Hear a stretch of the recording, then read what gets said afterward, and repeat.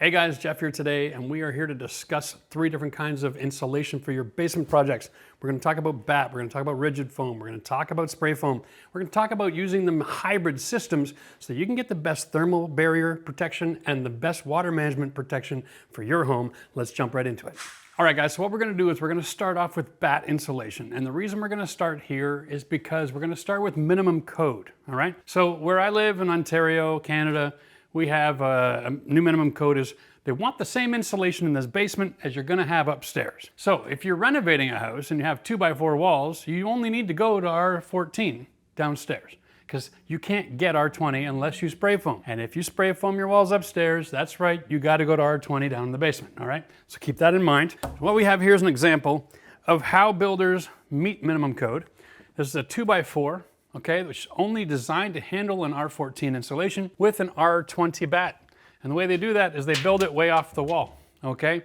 And then they stuff the BAT in behind. And the insulation is now fully in contact with the house wrap that they put behind there because the code doesn't allow insulation to be in direct contact with the concrete. So this is basically what they do. They'll run the Tyvek sheet, they'll frame everything right on the ground. Now they got a plastic barrier between the wood and the floor. That meets code. They got a 2x4 wall that's thick enough for run the electrical to meet code. They run the R20 BAT, they stuff it in, meets code. And because it's new houses, they're waterproofed on the outside, okay? So they generally have mitigated almost every single water event that can happen because they have waterproof foundation, they've got backflow preventers. There's just not that many opportunities for water to get in the basement anymore. So they can get away with doing this minimum code approach, all right? If you're renovating and your house is older, you have to go take it to the next level. If you have an older house, your very bare minimum, and especially if you're hiring a contractor, you need to know this. You want a frame with 2x6, okay? This is a better thermal barrier than this because this one has an airspace in behind that insulation never fills. And so the thicker wood gives you a better thermal protection than the 2x4 does. You go with the R20, but the biggest difference is down here. Down here, you're going to be building your wall with pressure-treated lumber on blocks. This is the new best way that you can do it. Your minimum code is you got to have airflow underneath your wall, all right? And you want to build this whole assembly a half an inch off the Tyvek, so even the insulation is removed off the contact. You have an airspace all the way up the back of the wall. That's minimum code if you're going to renovate. This gives you a little bit more water protection. If you get a water event and it comes through your wall, it can drain out from underneath. You're not trapping it in behind and rotting all your wood. Water that moves is water that you'll find, and then you can deal with that. Tyvek is not a vapor barrier, guys. It's a water barrier, okay? It's a WRB, not a vapor barrier. It is permeable. So if there's excess moisture in your basement, it'll get through this into your foundation wall and then find its way to the outside so you can help balance your relative humidity. Bottom line, these are the basics. You can't go any worse than this. You're allowed to, by code, have pressure-treated lumber direct contact with your concrete. But the problem with that is this. If you're gonna have any moisture issues and you're directly in your concrete, you don't have a way to get that moisture out of your basement. So allowing that air gap to get in behind and up and behind the wall is a secret to success to help manage all of that. Don't be afraid to take the extra step, create the air gap underneath and in behind, all right? One of the biggest challenges with putting insulation in a cavity like this up against your concrete is in new homes, concrete is soaking wet. It takes 2 years to cure. Because they put a foundation membrane on the outside for waterproofing, the only place that water can go is into the house. So what happens is you can cut your vapor barrier open, peel back your insulation, and it'll be soaking wet against that wall. Wet insulation sags, okay? Now look up top. Sagging insulation leaves gaps. It may not be that dramatic. It might only be half an inch, but in the wintertime, that half an inch is the coldest spot in the house.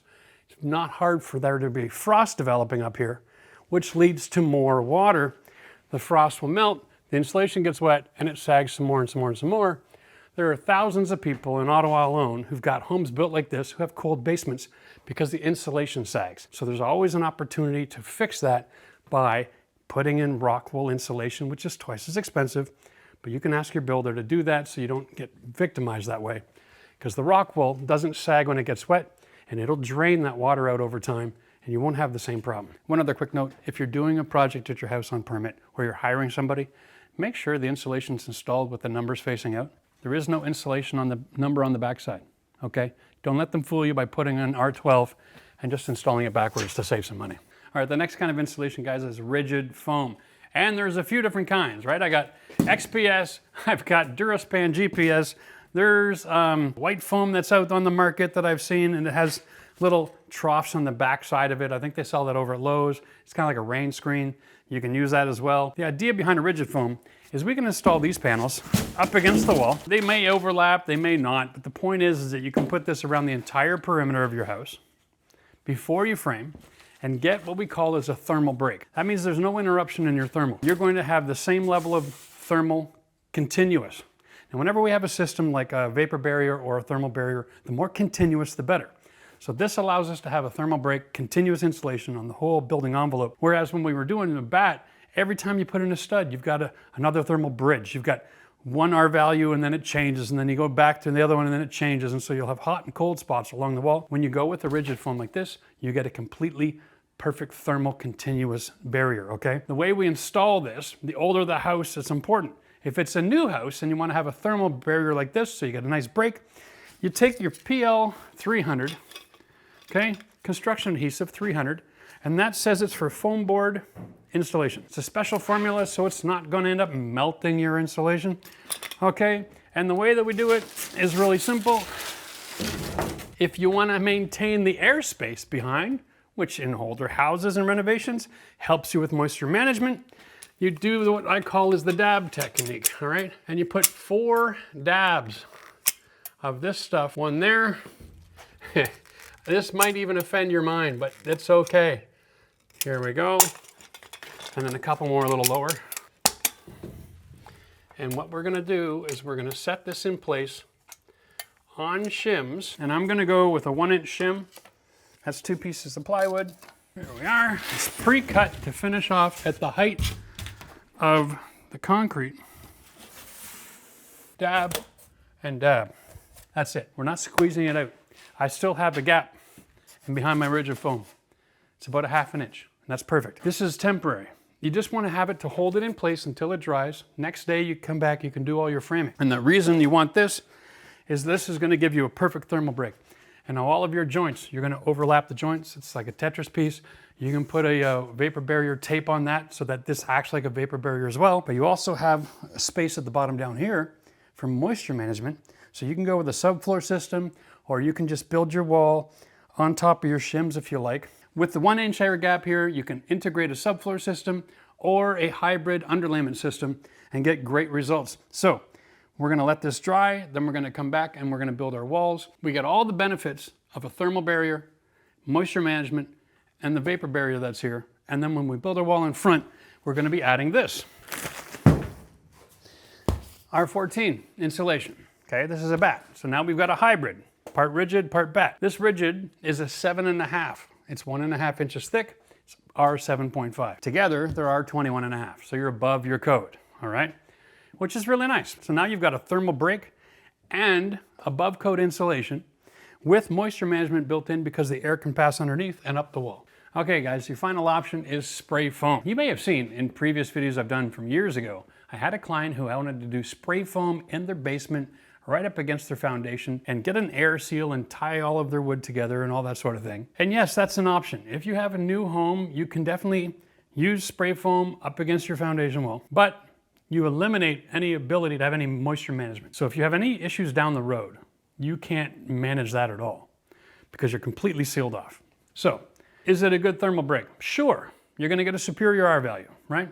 Was the rest of the house spray foam? No. Well, then what's the point of using spray foam if you are looking for an opportunity to get an even warmer basement? Spray foaming the walls isn't your solution. To get a warm basement, you've got to insulate the floor.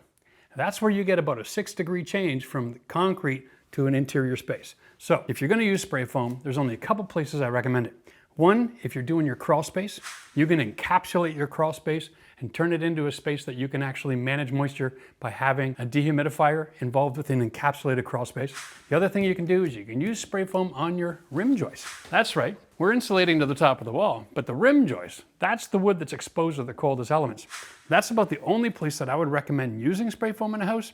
The cost-benefit analysis just not really existing. This 2 little DIY kit can, part A, part B, mixed together, was $1,200. It would take 3 kits like this to do this whole basement. Nobody needs to spend $4,000 on spray foam just to do it themselves and get a poor result. Because bottom line, it's not professional equipment and it's not going to be applied the same. If you've seen people using it all over the internet, it's always a disaster. Don't do it. Go with the hybrid solution. You'll be much happier. Now let's jump in and talk about the cost of all the different assemblies, because how much it's going to cost for you to insulate your basement is a major considering factor. Bundle of insulation, R20 24-inch on center is 114 bucks. You get 16 pieces. That's $14.25 per stud bay, all right? You add the lumber and you divide it by half so that you're doing 12 inches of it. It ends up being 13 bucks a linear foot to do your basement, okay? Minimum code, 13 bucks for stud and insulation. And over here, because we're adding 2x6 instead of 2x4, and we're adding a pressure treated bottom plate and we're putting it on blocks, we have the same insulation cost, but the framing cost is much more. It ends up being $18 a linear foot. Let's keep this in perspective. My basement is 50 feet long and 25 feet deep. I got 150 linear feet. The project cost for minimum code is $19.50. To upgrade to having moisture management and airflow in behind and underneath, it's another 900 bucks, okay? That's not bad. So you can upgrade to having something where you have rot protection in the bottom plate, you got airflow underneath, you got airflow in behind. That's a good upgrade, 900 bucks, all right? Now the next system is over here. Rigid insulations, 50 bucks for the 4x8 foot panel. It's $37.50 for the insulation, 18 bucks for the lumber, boom, boom, boom. Comes down to 26 bucks a foot, and that ends up becoming twice as expensive as minimum code, which was 13 bucks. So that makes this system roughly around $3,800 bucks to do the entire basement. So that's rigid board, framing 16-inch on center. And I like that because when you go to finish your basement, you're gonna have studs closer together, you get a better drywall result, okay? When you're on 24, you really gotta spend money and beef up your drywall to commercial grade. Otherwise, it ends up getting too much moving around and you're getting nail pops and all kinds of issues. This whole system gives you a complete thermal break. Airflow management underneath, airflow management in behind, right? And it's all in one, so you have the best comfort value, no drafts in your basement. If you're gonna spend the money and go to this kind of system, then you really gotta start thinking, am I using subfloors? Am I gonna use an underlayment with an air system? How am I sealing off my rim joists, okay? Because you can't spend money here and do a lousy job with your floor and your rim joists. Now, we also have the option to do spray foam. Now, in order to do spray foam, you still have to frame your whole basement, so that cost is still there. And now you can buy 4 sets of this kit and do it yourself. Messy. You're already up to around $6 grand. See, the challenge with these do-it-yourself kits is you gotta do it in the right temperature, because then otherwise, if it's too cold, your foam doesn't expand, you don't get the R value. All you do is throw goop on a wall. So, I'm not recommending that you do your whole wall in this kit, but I am recommending you get spray foam. We're going to show you in another video how to seal up your rim joists and do it the best way possible so that you can invest in a good thermal barrier break system and get good bang for your buck. Now remember, there is no one best way. That's the weird thing about this. The best system for you depends on where you live, your soil conditions, the kind of weather you get, the temperature zones you're dealing with, and what your code is for your neighborhood. If you're not sure what the right answer is for you, consider joining our membership. $5 a month, you can jump into my Discord, send me pictures inside, outside of the house. I want to see your grading, all that kind of jazz. Tell me all these details, how old's your house, where you live, what kind of improvements you've done or have been done on your property, and I can help you to customize a solution to your problem. It keeps you from wasting money on solving problems with technology and upgrades and expenses that maybe aren't necessary for you at your house. Cheers till next time.